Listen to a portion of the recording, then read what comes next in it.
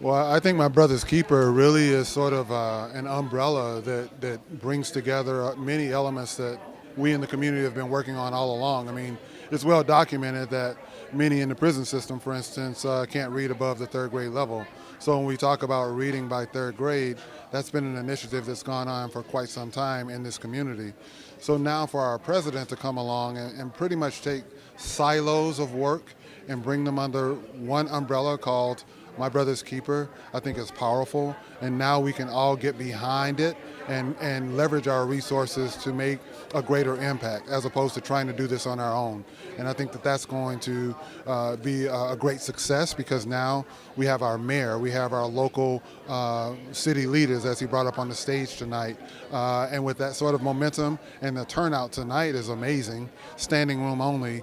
You don't get that often in Long Beach, especially from such a diverse group of leaders and people. So I'm optimistic and excited about the possibilities.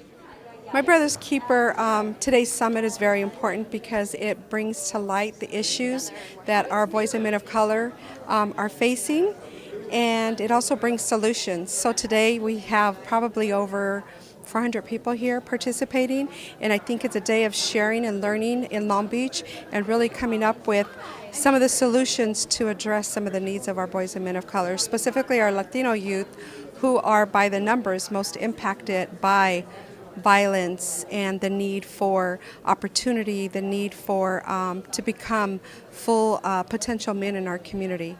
So I would say today's a success. Again, we're all gathered, we're here today, but I would say that the next thing is implementation and action. As a member of the youth table for the National My Brother Keepers Initiative, this is important to provide resources but also policies that support our young men of color to be able to get them to a point to where they are in charge of their future, as well as making the decisions in which they feel that is necessary to impact their life in a positive direction. I'm very glad to be here. I'm a little concerned at the fact that the messaging and the framings of today's summit has been targeting young men of color as issues and not as our assets.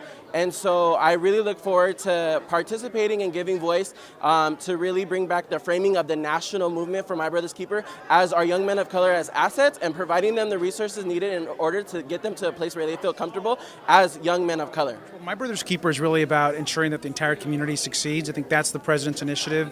But I think anytime that you want to solve some systemic challenges, issues like poverty, issues like incarceration rate, issues about access to education, you have to look at the data. And the data is very clear that there are certain communities that have a harder time succeeding than other communities for a variety of reasons. And I think education is a great example. Just look at our, as a former college teacher, I'll tell you that if I look at who's going to succeed, the chances of a young black man at the college level, his chances of succeeding are much lower than any other group in the college system. Why is that? And I think we need to figure out what are we not doing, what support is he not getting either in the classroom or outside the classroom to ensure that he can also be a success.